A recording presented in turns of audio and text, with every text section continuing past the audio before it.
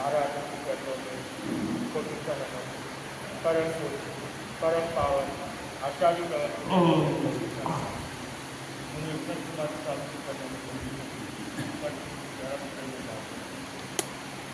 तन्मय होकर मन होकर जगरो नवकार नमो हरिहंतान नमो श्रीधान सगरिहरिता मंगल करता महामंत्र नलकार नमो हरिहंतान नमो श्रीधान सगरिहरिता मंगल करता महामंत्र नलकार नमो हरिहंतान नमो श्रीधान मोह पूजनो ने मारा हरिहंत देव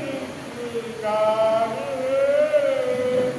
अर्थ धर्म राष्ट्र किया नित्य प्रभु पुनरावतार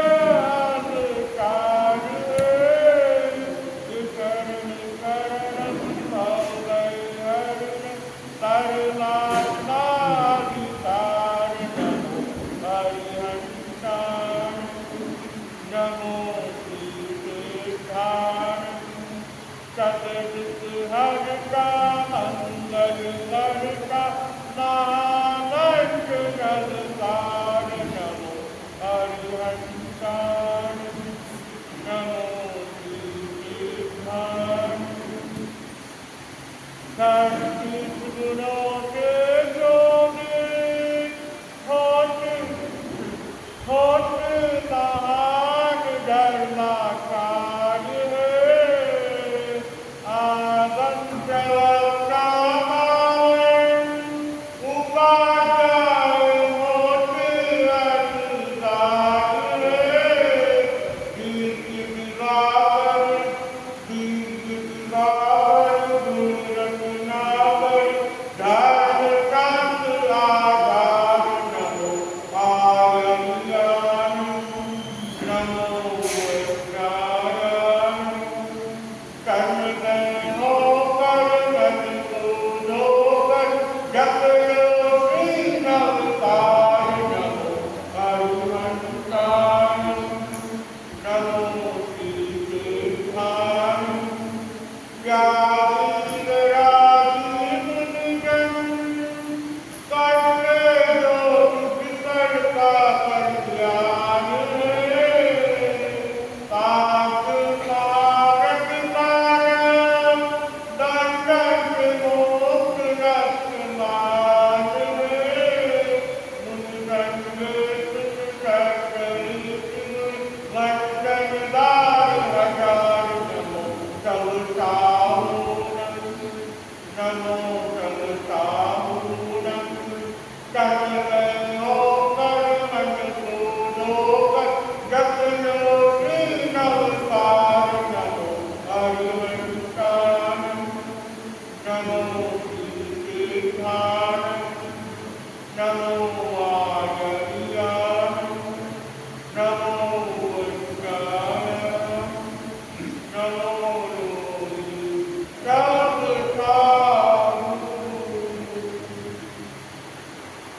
हमसे बात करते माँ की सीता को ला सीता का करण हो गया और राम घूमता घूमता इधर उधर घूमता है चिल्लाता है सीते सीते सीते रामो सीता को पकड़ सकता और घूमते घूमते जटायु के पास पहुंच जाता है बिल्कुल करीब पड़ा हुआ था जटायु उसे देखते अंदाजा लगाता है कि सीता का करण हुआ है जटायु ने वो राम भक्ता तो उसे अंदाजा लग जाता है कि इसने सीता को देखा होगा या बचाने की कोशिश की होगी या किसी ने इस पर काट किया है और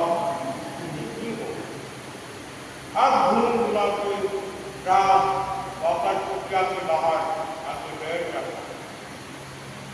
लक्ष्मण जैसे युद्ध करके पहुंचता है, युद्ध में विजय हो जाता है।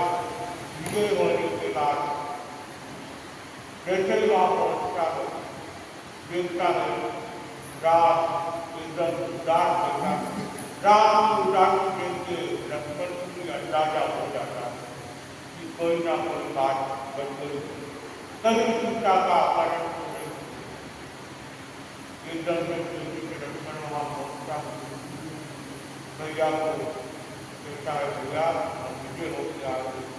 साथ में ये वीर भी आया है जो पाटा लंका का, जिसका राज हर ने जब्त कर दिया था, वो वीर भी हमारा साथ किया। लेकिन भैया कहाँ सुनने वाले थे ये सब बातें। भैया तो सीता के दुख से जैसे ही लक्ष्मण तो देखता है, राम कहता है जैसा तुमने अंदाजा लगाया था वो बात हो, सीता का अपहरण हो गया और ने कर नहीं पाया और ने सीता को बचा नहीं पाया, ने यहाँ सीता की रक्षा नहीं कर। आगे से राम लक्ष्मण की एक बात टकरा जाता है और टकराने के बाद अपने आप को संभालता है। अब दोनों एक जैसे हो जाएंगे तो संभालेगा को, तो लक्ष्मण अपने आप को संभालता और कहता है भैया आपकी चिंता करते मैं हूँ, मैं भूल निकालूंगा, धरती का कोना कोना चाट मारूंगा और भाभी को आपकी चिंता करते। लेकिन राम अपनी बुद्धि लाता है, अपना ही बात रखता है कि मैं सीता की रक्षा नहीं कर पाया, मैं वहाँ युद्ध में मार गिरफ्तार में आ चुका था, मेरी इच्छा नहीं थी, लेकिन सीता ने मेरे को कहा था जाओ जाओ लक्ष्मण के चक्कर में है जाओ। मैंने सीता की बात नहीं किया, मैंने बहुत बड़ी गलती कर दी सीता को अकेले जो बात होना था वो हो चुका था। अब प्रचारण में क्या होता है, अब हमें आगे क्या करना है उससे ध्यान रखना। लक्ष्मण भैया को समझा था क्या सीता तुम्हारी मेरे में नहीं लगती है क्या, वो मेरी भी तो भाभी थी, भाभी माँ समान होती है भैया, मैं भी उसे ढूंढने में कोई कमी नहीं रखूंगा और जितना दुख आपको हो रहा है उससे ज्यादा दुख तो मेरे को। लेकिन दुख बैठे हम दुखी बनाने से कुछ नहीं होगा। सीता का अपना इंतजार कर रही होगी कि राम आएंगे, लक्ष्मण आएंगे, मुझे बचाएंगे, मुझे यहाँ से लेके जाएंगे। हम ऐसे यहाँ बैठे रहेंगे तो कैसे काम करेगा भैया, आप तैयार हो जाओ, बैठते हैं कहीं ना कहीं ढूंढते हैं, कहीं ना कहीं तो ढूंढ जाएगा। राम का लक्ष्मण का ये आपको विश्वास देते हैं, राम के मंदिर में कहीं आपको विश्वास देता है और राम कहता है मैं 8 बार ढूंढ के आ गया हूँ और जाके आ गया हूँ, लेकिन सीता का तो कहीं पता ही नहीं। फिर लक्ष्मण वापस राम को कहता है भैया आप चिंता मत करो, मैं हूँ, मैं ढूंढ निकालूंगा जहाँ बैठी हूँ और मैं अपनी जान में देख के चिंता करता हूँ। मेरे में राम कहता हूँ मैं इतना सौभाग्यशाली हूँ, तुम्हारा जैसा भाई सुनाए जो इतनी दुख की घड़ी में भी इतने आत्मविश्वास जगा रहा है और मेरे लिए भी आत्मविश्वास तो है ही है और मेरे लिए भी आत्मविश्वास। लक्ष्मण कहता भैया आप मेरी मैं बहुत भाग्यशाली हूँ, आप जैसा भाई बना सीता जैसी भाभी के लिए मैं बहुत भाग्यशाली हूँ। आप बातें करने कोई मतलब नहीं, हम अपने फौज में रक्षा करना चाहिए, अपनी मंजिल की ओर आगे बढ़ना।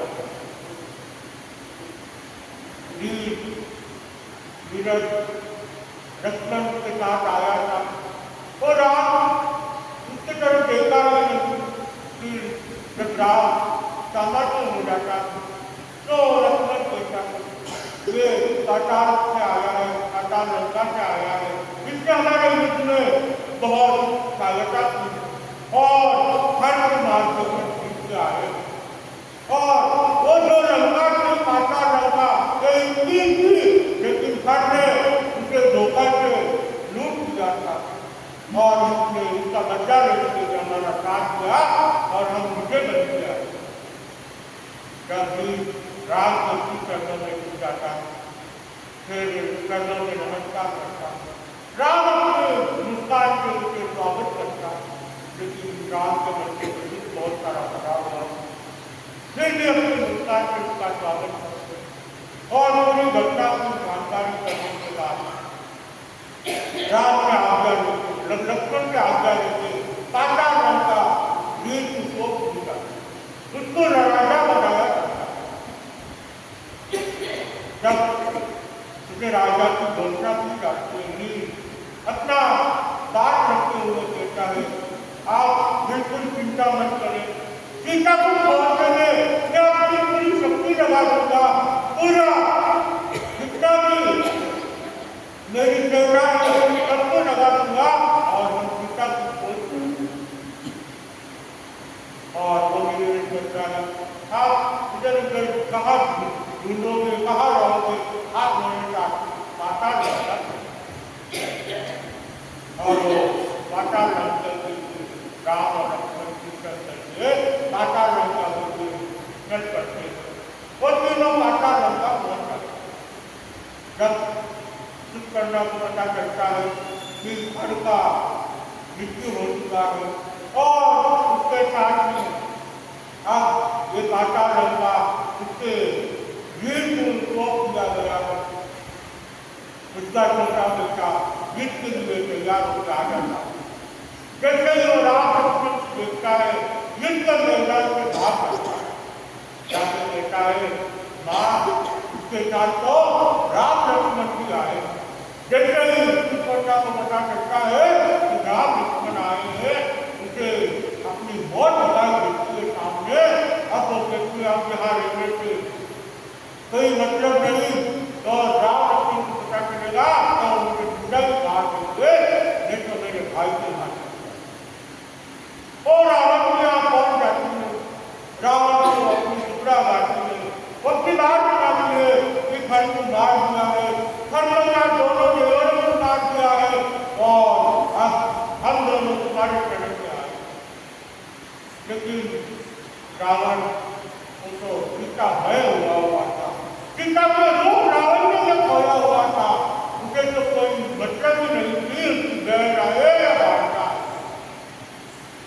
और तो बस हाथ में हाथ भरा जा रहा है, हाथ छूटे हाथ छूटे रावण अपने आप में खोया हुआ मत काट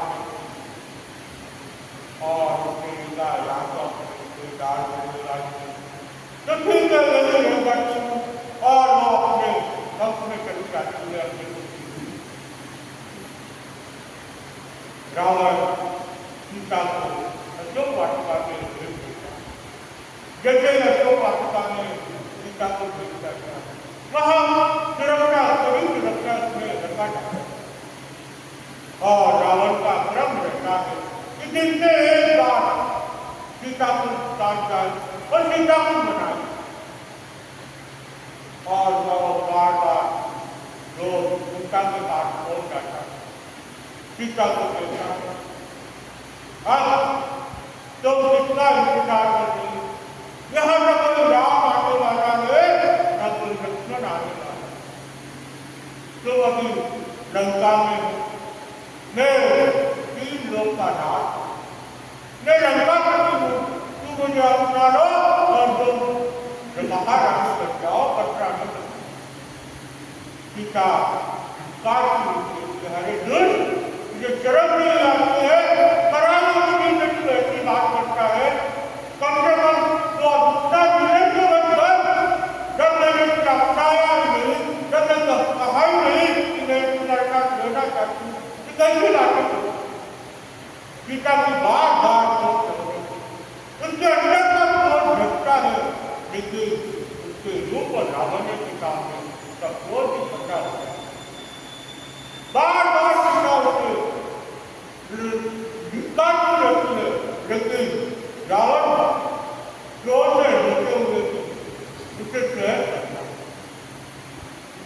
और बार बार एक ही बात करता है, तुम मुझसे शादी करो, तुम मुझसे शादी करो।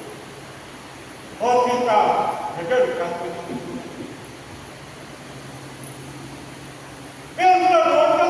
जाता है सीता के चिंता और सीता को अपनी बात कर। और इधर राम लक्ष्मण और तीनों पाताल लंका पहुंचे और पाताल लंका ने वहां रहने के बाद ये गोष्ठी करते हुए क्या सीता को कहाँ ढूंढा जाए। तो वीर बेटा आप दोनों जब तक हमारी सेना सीता की खोज करके नहीं आते, सीता के कोई समाचार लेके नहीं आते हैं, तब तक आप दोनों निश्चित करते नहीं और जिसका कोई चारा भी नहीं था। अब इंतजार में हुआ उनके पास कोई दूसरा चारा भी नहीं था, तो राम लक्ष्मण इंतजार कर ही रहे कि कोई समय बीत जाए और समय बीतने लगा, बीत करते रहे, लेकिन कोई समाचार नहीं आ रहे। अब लक्ष्मण और राम की चिंता बढ़ रही। लक्ष्मण ने भैया से कहा, भैया दिन बीतते जा रहे हैं लेकिन कोई समाचार नहीं मिल रहे। लेकिन वीर ने पूरी कोशिश करी नहीं है, अपनी पूरी सेना को दाव लगा दिया है सीता की खोज में, लेकिन कोई समाचार नहीं आ रहा। और अब राम कह रहे कि मेरे की चिंता बड़ी जा रही है, सीता कैसी होगी, कहाँ होगी और कितना इंतजार कर रही होगी कि राम आएंगे, लक्ष्मण आएंगे और क्या हाल होगा। और यहाँ पे सीता प्रण ले रही थी, जब तक राम और लक्ष्मण का मेरे पास कोई समाचार नहीं मिलेंगे तब तक मैं सारी आलूगा क्या करता। उसके सामने भोजन करता जाता, वो मना करती खाना नहीं क्या।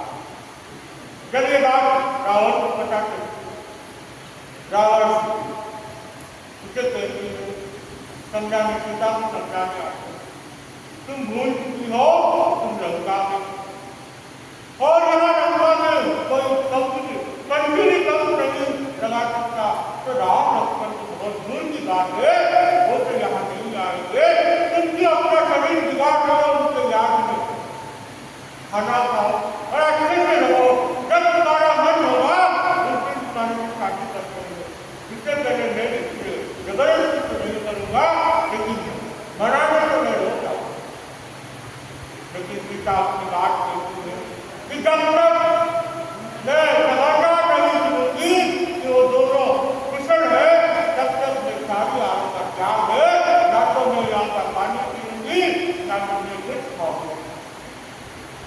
रावण बहुत समझाने की कोशिश करता है, लेकिन सीता मना करती और रावण धमकी के चला जाता है कि ना तो कोई राम आएगा ना तो कोई लक्ष्मण आएगा, आज नहीं तो कल तो तुझे मानना ही पड़ेगा और तुझे मेरी रानी करनी। और सीता ने वापस अपने क्रोध से सीता की अरे आज के बाद आना मत, तेरा जो वही काम करिए। फिर भी वो कहता है मैं तो रोज आऊंगा और मैं रोज मनाऊंगा। अब उसके मन में क्रोध बढ़ता जा रहा है उसका, लेकिन रावण को भी कोई समझ नहीं आ रही है उसने सीता को कैसे मनाऊं और उसके भी और दुखी रहेगी, कभी ना कभी तो उसे अपना नहीं करेगी। अब उसका मन रावण का मन ना तो राज दरबार में लगता है ना महलों में लगता है।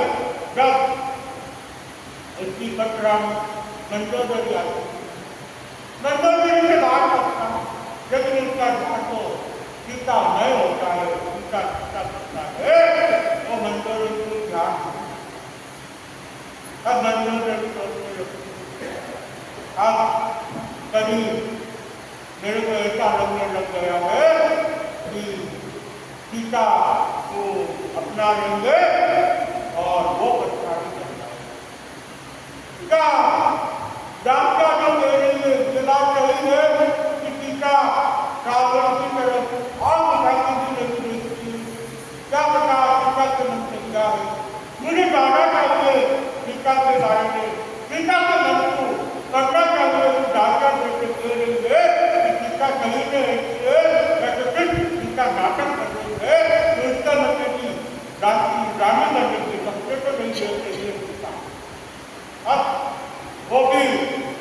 बात मन में प्रश्न बहुत सारे थे उसके मन में, लेकिन वो भी बहुत रही थी। मैं भी अब सीता से मिलने जाऊँ, मैं भी तो देखो सीता बेटी है, उसके रूप रावण के बारे में तो सुना हुआ है, मैं भी तो जाके देखूँ। उसके मन में भी ये प्रश्न उठ जाता है कि मैं भी एक बार सीता और यहाँ पे सुग्रीव किसी अवश्य काम से बाहर जाता है और तारा नहरों में फेरी रहती और यहाँ पे वो तारा के मोह में डूबा हुआ था, वो मौका देख रहा था कब सुग्रीव अकेला रहे और अब मैं जाऊँ और तारा को अपनाऊँ, तारा के साथ लोग बोलूँ और मैं तारा को पाना चाहता। वो उसका इंतजार कर रहा था कि कब वो महलों के बाहर जाए और कब तारा आएगी। जैसे उसे खबर मिलती है कि आज तारा आएगी है महलों में, और वो रग बहुत देर बाद आने वाले हैं। तो वो अपना रूप बदलता, विद्यादारी था, अपना रूप बदलता, सुग्रीव का रूप बनाता और वो तत्व में प्रलय करता। राजपाल राजा के रूप में देखिए उसे रोक नहीं पाता, जैसे उसे रोक नहीं पाता, वो अंदर तक में पहुंच जाता और किसी कारण सुग्रीव वापस लौट जाता है, अपने कार्य को रोक देता है और वापस लौट जाता है।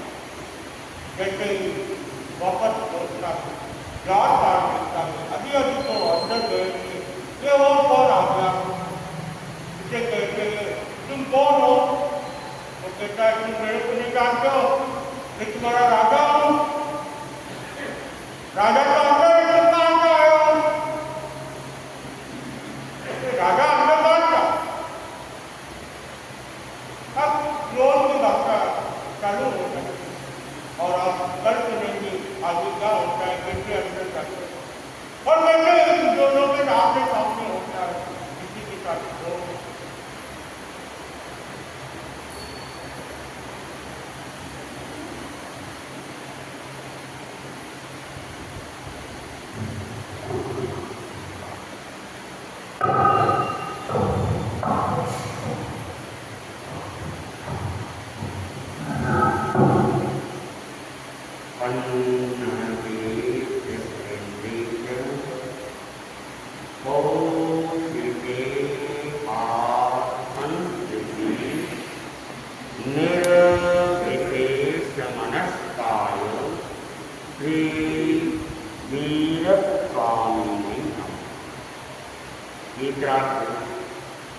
भगवान महावीर को सबक मानना।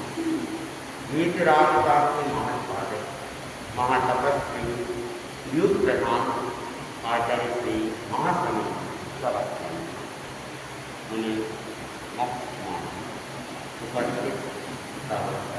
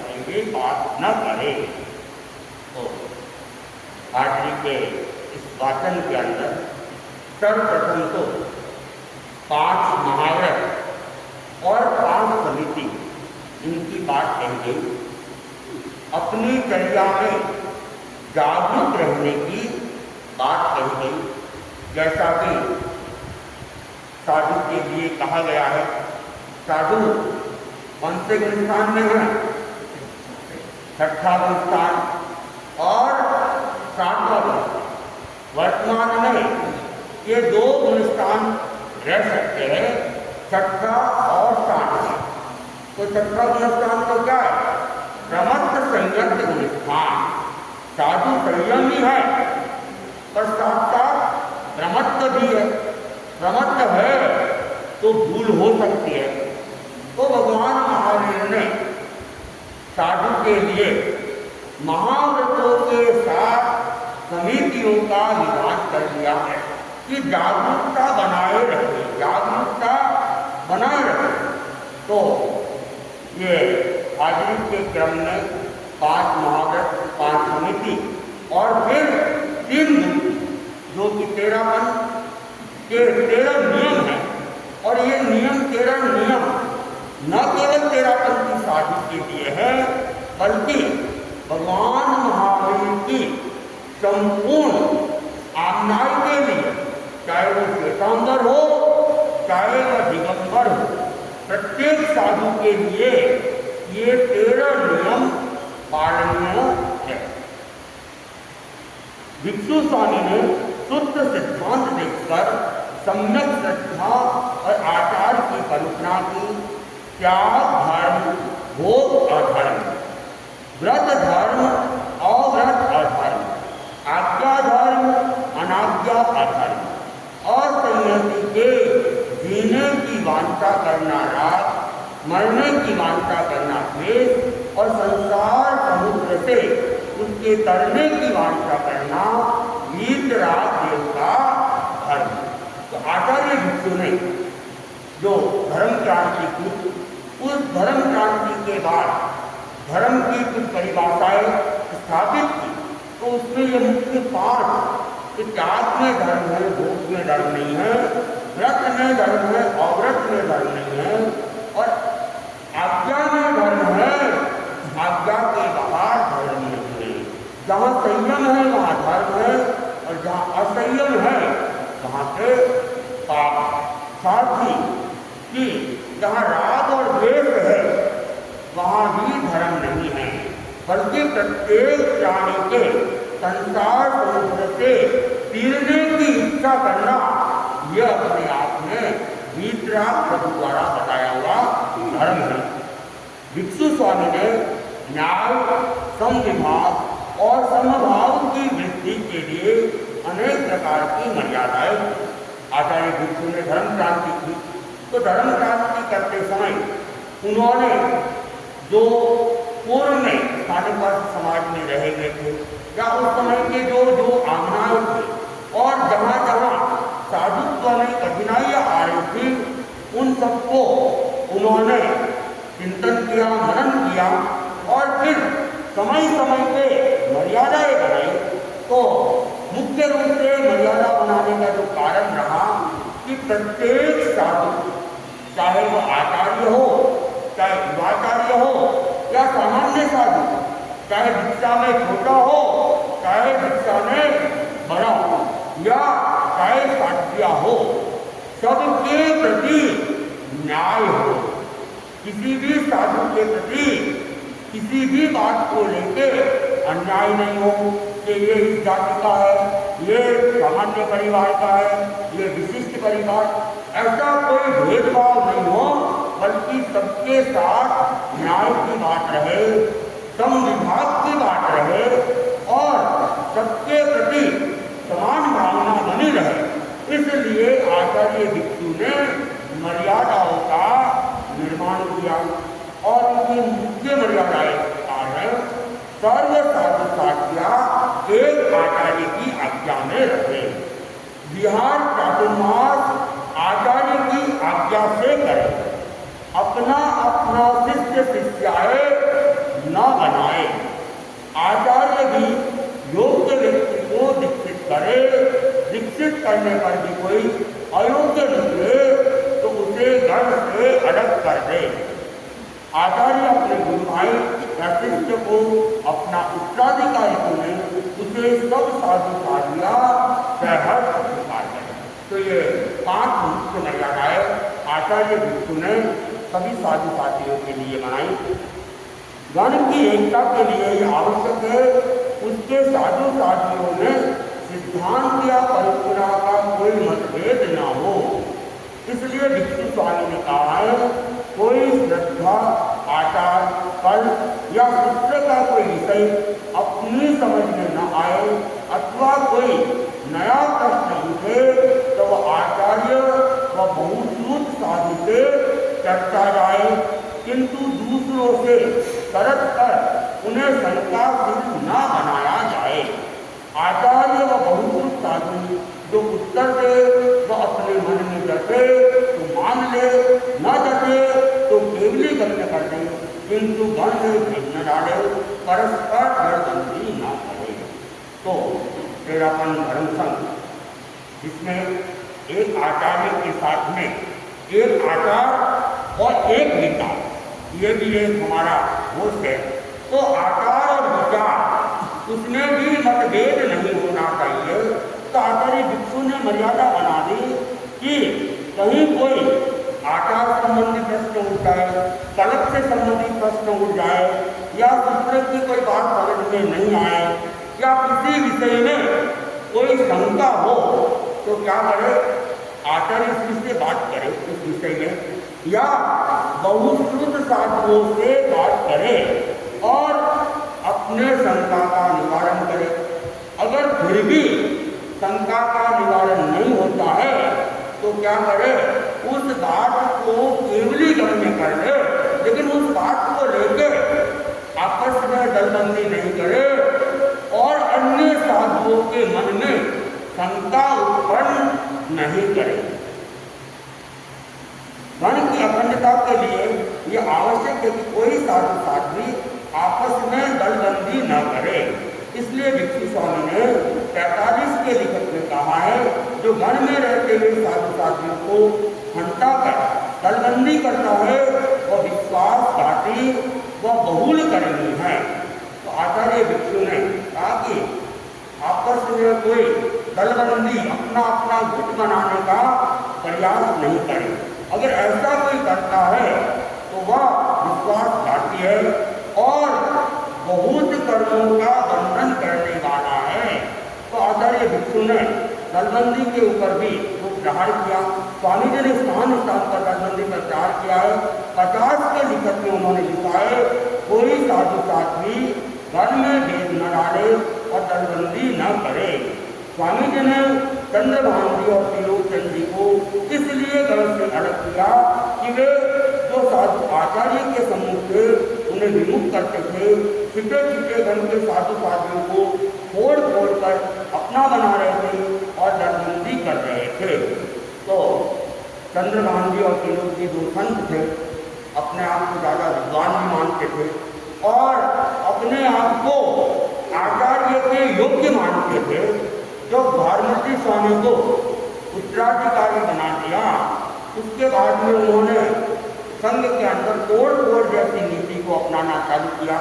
जो आचार्य के काफी नजदीक थे उनमें भी शंका पैदा करना चालू कर दिया। लेकिन ये बात आचार्य भिक्षु के जानकारी में आई और उन्होंने देखा ये तो महान है और ये खतरनाक हो सकता है। तो आचार्य भिक्षु ने अनुशासनात्मक कार्रवाई करते हुए चंद्रभानु जी और त्रिलोक जी को संघ से अलग कर दिया। हमारा यह प्रसिद्ध सूत्र है, जिल्लो संयम ने, जो दलबंदी है, गुटबंदी है, ये संयम के लिए खतरा है। जो दलबंदी में पड़ जाता है वह फिर मायाचार किए बिना नहीं रहता है और जो मायाचार प्रकट करता है वह अपने संयम जीवन को खतरा पैदा कर जाता है। गण में भेद डालने के लिए भगवान ने 10 प्रायश्चित का विधान किया है तथा भिक्षु स्वामी ने कहा है, जो गण में साधु साथियों में साधुपन कर दे, अपने आप में साधुपन कर दे, वह गण में रहे, चल कपट पूर्वक गण में न रहे। 50 के लिखत में उन्होंने कहा, जिसका मन साक्षी दे, भली बात में साधुपन करता जाने, गण में तथा अपने आप में साधुपन माने, तो गण में रहे, किंतु वंचना पूर्वक गण में रहने का त्याग है। गण में जो साधु साथी हो उनमें परस्पर सौहार्द रहे, कोई परस्पर कलह न करे तथा उत्साह कलह की उदेना न करे। इसलिए भिक्षु स्वामी ने कहा है, गण के किसी साधु साथी के प्रति अनास्था उपजे, शंका उपजे, जैसी बात करने का त्याग है।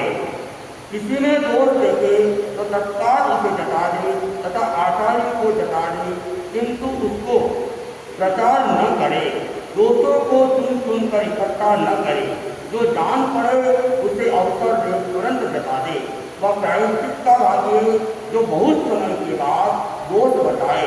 विनित ऐसे की चौपाई में उन्होंने कहा है, दोष देखे किन्हीं साध में तो कह जानो जिनने एकन तोड़े, जो माने नहीं तो कहनो गुरु कने, ते श्रावक से बुद्धिमन को रे, सुविनित श्रावक कहवा। प्रायश्चित दिराय ने शुद्ध करे, तिल न कहे अवरा पासो रे, ते श्रावक जिनका गंभीर थे वीर माना पासो। दोसरा धनी ने तो कहे नहीं, उनरा गुरु ने कि न कहे जायो, और लोका आगे भक्तों फिरे, तिंदी कर्तित किलमित आए, अवनित श्रावक कहवा। तथा किसी साधु शास्त्री की जाति आदि को लेकर कोई जवान न कहे, आपस में मनमुटाव हो जैसा शब्द न बोले, एक दूसरे में संदेह उत्पन्न न करे तथा वन और वनु की गुणानुरूप वार्ता करे। कोई वन तथा वनु की विकृति बात करे उसे टोक दे, और वह जो कहे उसे आचार्य को जता दे। कोई कुदरती बात करता है और कोई दूसरा उसे सुनता है, दोनों अविनीत है। विनीत वह होता है जो आज्ञा को सर्वोपरि माने। तो विनीत साधु और अविनीत साधु, विनीत श्रावक और अविनीत श्रावक कौन होता है, उसकी यहाँ पे व्याख्या की गई है। जिन शासन में आज्ञा बड़ी आतो बांधी रे भगवंता पाल, सहु सज्जन असज्जन बेला रहे, चांदो रूंदे रे प्रभु वचन संभार, बुद्धिवंत एकल संगठन की। चांदो रूंदिया की संजम नीपजे, तो पुण्य चाले करी आज्ञा मायो, सहु आप मते हुए एकला, फिर बिगड़ाए फिर बिगड़ता। भगवान ने कहा है, चैत्य देहम नौ ब्रह्म शासनम। मुनि शरीर को छोड़ दे किंतु धर्म शासन को न छोड़े। दयाचार्य ने श्रीकृष्ण करते हुए लिखा है, नंदन वन भिक्षु गण में बतोरी, यदि प्राण जाओ कोई पद्म किशोरी, गण माए ध्यान ध्यान सोरेरी, यदि वो तो दीपक मंदिर माए किशोरी, कालो कर्णों में बनो न सोरेरी, यदि वो तो नाक बिना मुखलो किशोरी, भाग्य बने ऋषि वर आयोगी, यदि रत्न चिंतान पिंड किशोरी। और आचार्य भिक्षु ने इसको नंदनवन के समान संग को बताया है और कहा कि प्राण चले जाए पर हम अपने पैर पीछे नहीं हटाए, संग को छोड़ने की बात नहीं सोचे। और उपमा दी गई कि जैसे मंदिर के अंदर दीपक शोभायमान होता है, लेकिन वही दीपक अगर चौराहे के ऊपर रख दिया जाता है तो वह दीपक शोभायमान नहीं होता है, और लोग देखते हैं ये तो कोई टोटका है तो उससे बच के निकलते हैं। तो जो साधुगण में रहता है, संग में रहता है, वह सभी के लिए पूज्य होता है, सामान्य होता है। लेकिन जो गण से बहिष्कृत हो जाता है, बहिष्कृत हो जाता है, तो लोग उसको ज़्यादा मूल्य नहीं देते हैं, बल्कि उससे दूरी बनाने का काम। कोई साधु साध्वी 14 दिवस आज्ञा और अनुशासन का पालन नहीं कर सकने पर अथवा अन्य किसी कारण से गण से अलग हो जाए अथवा किसी को अलग किया जाए तो किसी साधु साध्वी का मन भंग कर अपने साथ ले जाने का त्याग है। कोई आना चाहे तो भी उसे ले जाने का त्याग है। अंश मात्र भी एवं बात बोलने का त्याग है। और छिपे छिपे लोगों को शंकाशील बना वर्ण के प्रति अनास्था उपजाने का त्याग है तथा वस्त्र पात्र पुस्तक बनने आदि वर्ण के होते हैं, इसलिए उन्हें अपने साथ ले जाने का त्याग है। गण से बहिष्कृत या बहिष्कृत व्यक्ति के प्रति हमारा क्या दृष्टिकोण होना चाहिए, उसे स्पष्ट करते हुए भिक्षु स्वामी ने लिखा है, गण से बहिष्कृत या बहिष्कृत व्यक्ति को साधु न करता जाए, चार तीर्थ में न गिना जाए, साधुमान वंदना न की जाए, श्रावक श्राविकाएं भी इन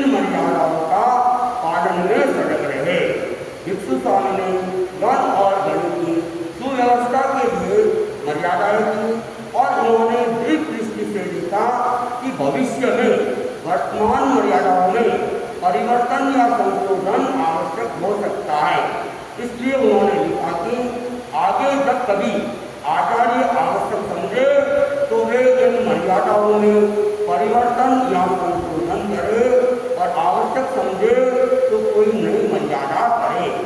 कोई मर्यादाओं में परिवर्तन या संशोधन हो अथवा नई मर्यादाओं का निर्माण हो, उसे सब साधु साधिया सहर्ष स्वीकार करें।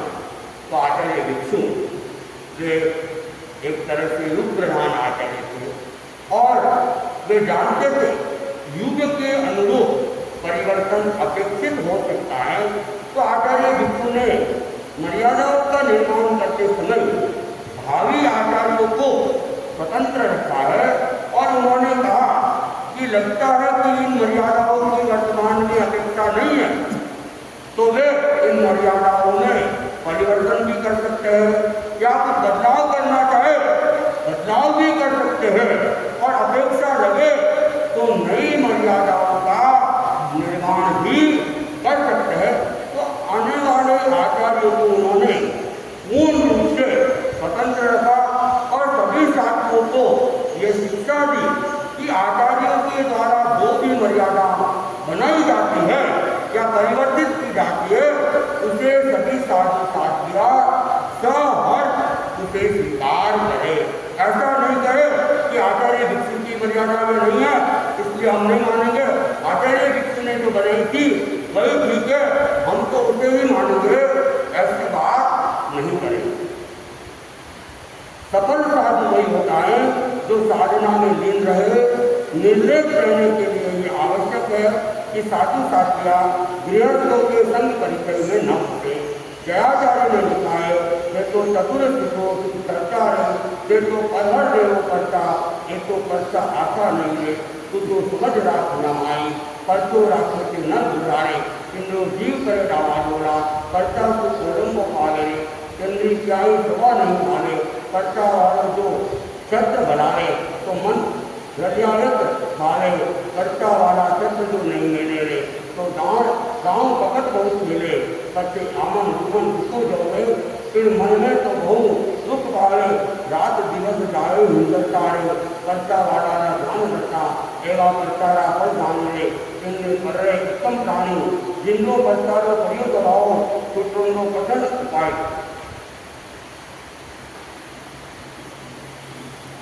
जबर समझ हुए नियम आयो तो न तुरंत देवे चिपकायो, इंद्र पीठ और पूरी गणपति को पीठ अधूरी, कर्ता वाला कामों नहीं हुए भले नयन भयन नहीं हुए, परंतु शिक्षा के आयो रे जय जय जय गणपति एम जनायो, कर्ता वाला की भावना भागे रे जाने दर्शन करवा कर आवे, आया देख ये अति हर्षे जाने सोने नगरे करते उगनी से बरस उगनी तेरे मिक्सर दिन शासन दिन से प्रथम मर्यादा दिन सुधराए रे कर्ता ने जय जस प्रकार।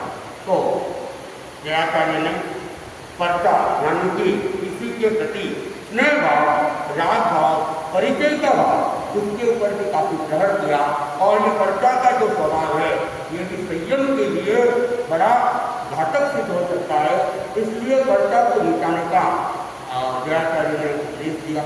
निद्रा हास्य विकटा ये साधना के विघ्न है, इसलिए निंद को बहुमान न दे, हास्य और विकटा का वर्जन करे तथा ध्यान और स्वाध्याय के द्वारा आत्मा को भावित करे।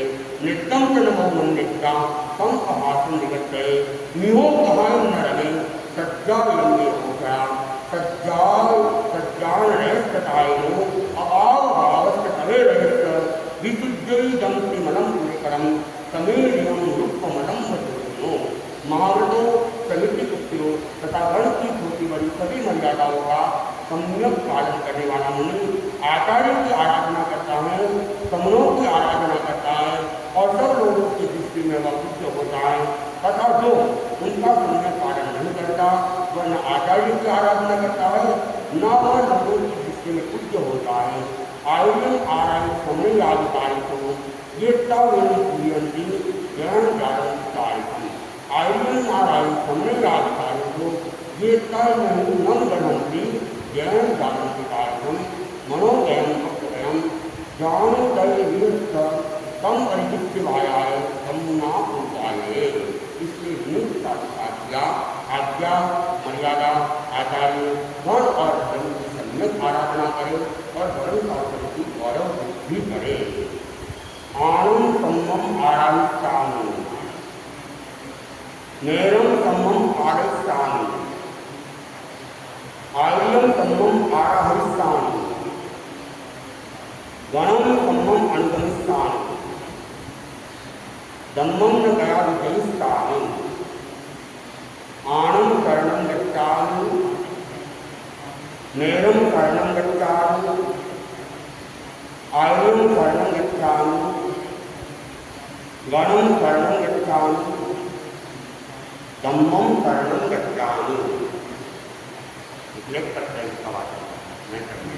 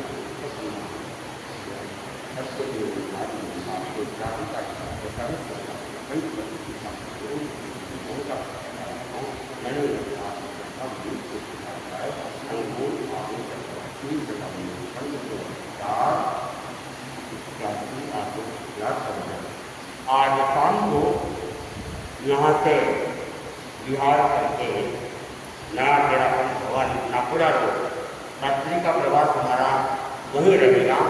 और आज भक्तांबर का अनुष्ठान का क्रम रखा हुआ है, कल सूचना दी गई थी। और जिन्होंने अभी तक नाम नहीं लिखवाए है तो संपत्ति पर उसके नाम लिख रहे। और आज का एक दिवस के बाद मिर्ची बड़ा खाने का डाल है। और उपवास के प्रत्याचार वाले खड़े खड़े उपवास के प्रत्याचार कर रहे हैं। देवगुरु धर्म के साथ सुखो हर सवेरे सूर्योदय तक तीनों आहार के त्यागे, राजसंधार और त्यागे, कच्चे खाने के त्यागे। एकासन करने वाले एकासन का हो, आइंदे के प्रत्याचार वाले एक बार ये हो जाए तो आपने एक बार ही खड़ा होना चाहिए।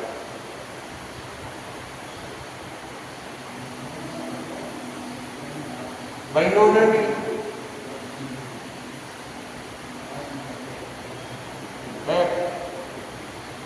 नाम लिखो 5 मिनट काफी तो आए हुए हैं।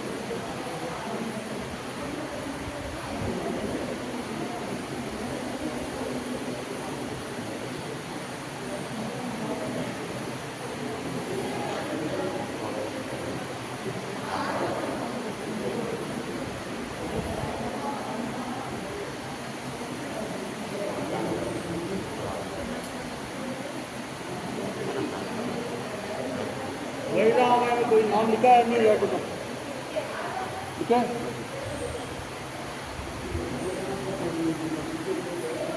कुर्सी की व्यवस्था डबल कुर्सी है नीचे की बैठक व्यवस्था है ही नहीं सबके लिए कुर्सी टेबल की व्यवस्था ही है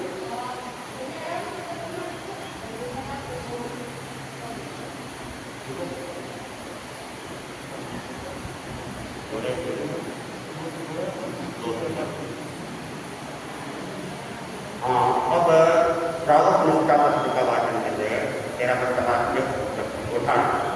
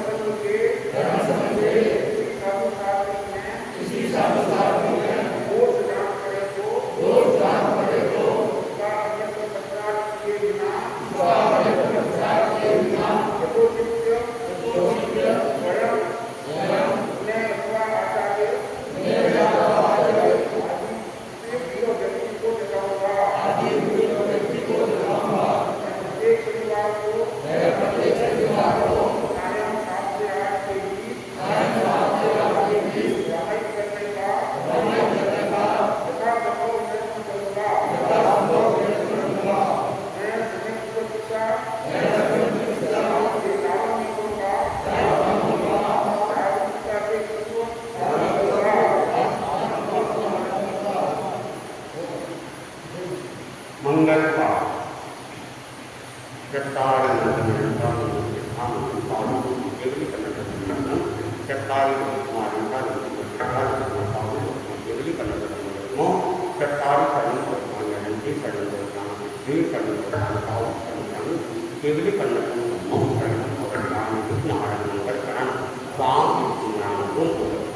हरे